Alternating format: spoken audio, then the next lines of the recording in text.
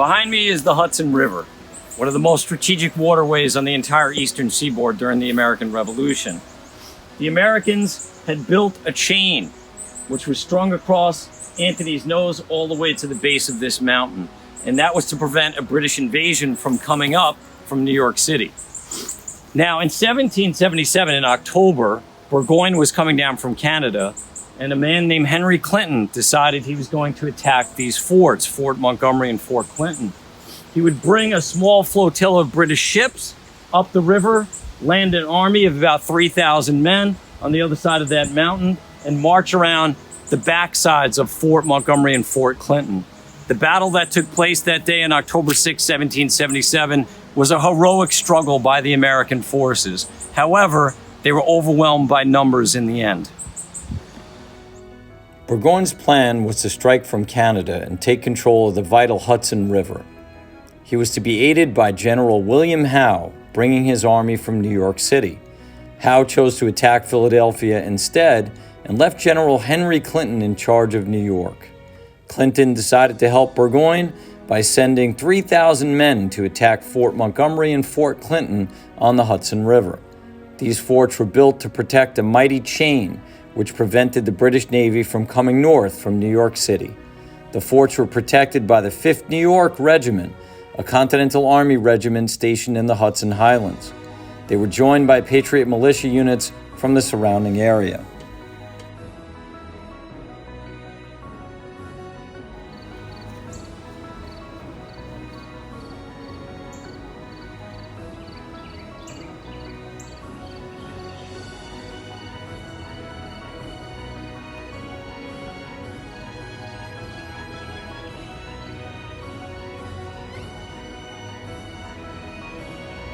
After a fierce battle lasting until dark, the British pushed the courageous Americans from the forts at the points of their bayonets.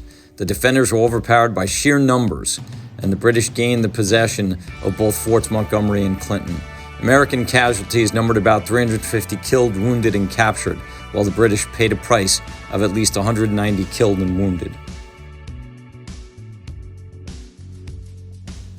Those who were not killed or did not escape are shipped to the infamous Sugar House prisons in New York City, and then onto British hell ships or prison ships in the harbor. A return or report of prisoners is sent to communities in the Highlands to inform families of their loved ones' capture. It is up to the families to send provisions lest the prisoners starve. Countless patriots perish on the prison ships.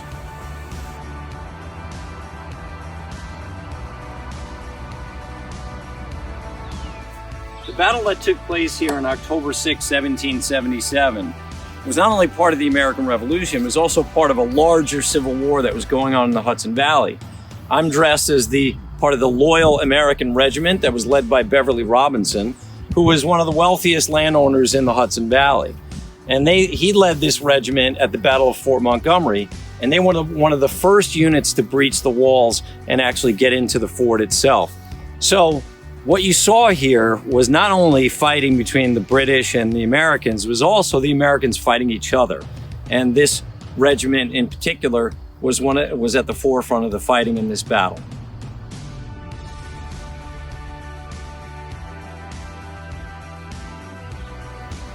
By the end of the day on October 6, 1777, the fighting had become hand-to-hand and vicious. As the Loyalists and the British got over the walls, they resorted to this weapon, the bayonet, a 12-inch piece of triangular steel. When plunged into an enemy's abdomen and twisted, it causes a wound that cannot be sewn up. And these were made illegal before World War I, but this is the type of weapon that was used during the American Revolution. It resulted in massive casualties on the American side, and the British and the Loyalists were able to win the battle.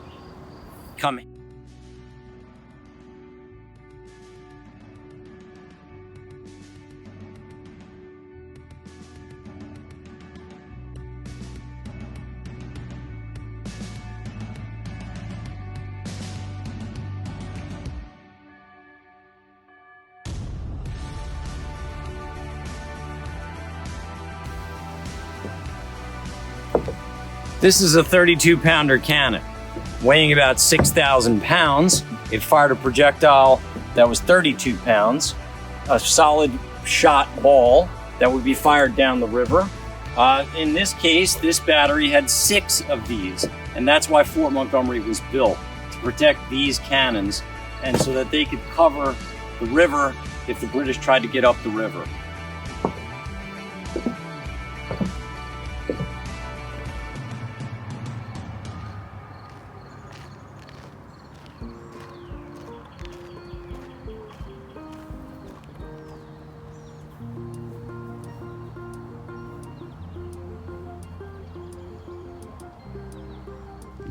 Behind me is the Fort Montgomery Visitor Center. It contains artifacts that were found on site, also has a diorama of the battle itself, and it also contains a film that you could watch that was made about the battle. The Visitor Center is surrounded by hiking trails. There's one hiking trail in particular that leads to the other fort called Fort Clinton on the other side of the Popolopen Creek. There's also a walking bridge that you can go across, and it's one of the best places in the Hudson Valley to hike.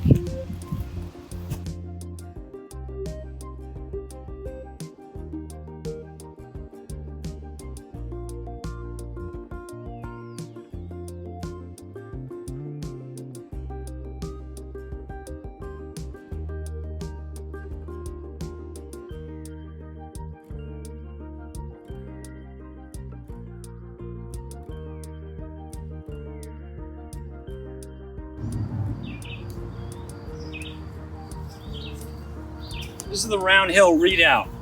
This is actually the backside of Fort Montgomery. Fort Montgomery was built to protect a grand battery of 6 32-pounder cannons on the river. This is the backside. The British and the Loyalists came from that direction right into this redoubt, which saw vicious fighting on the day of October 6, 1777.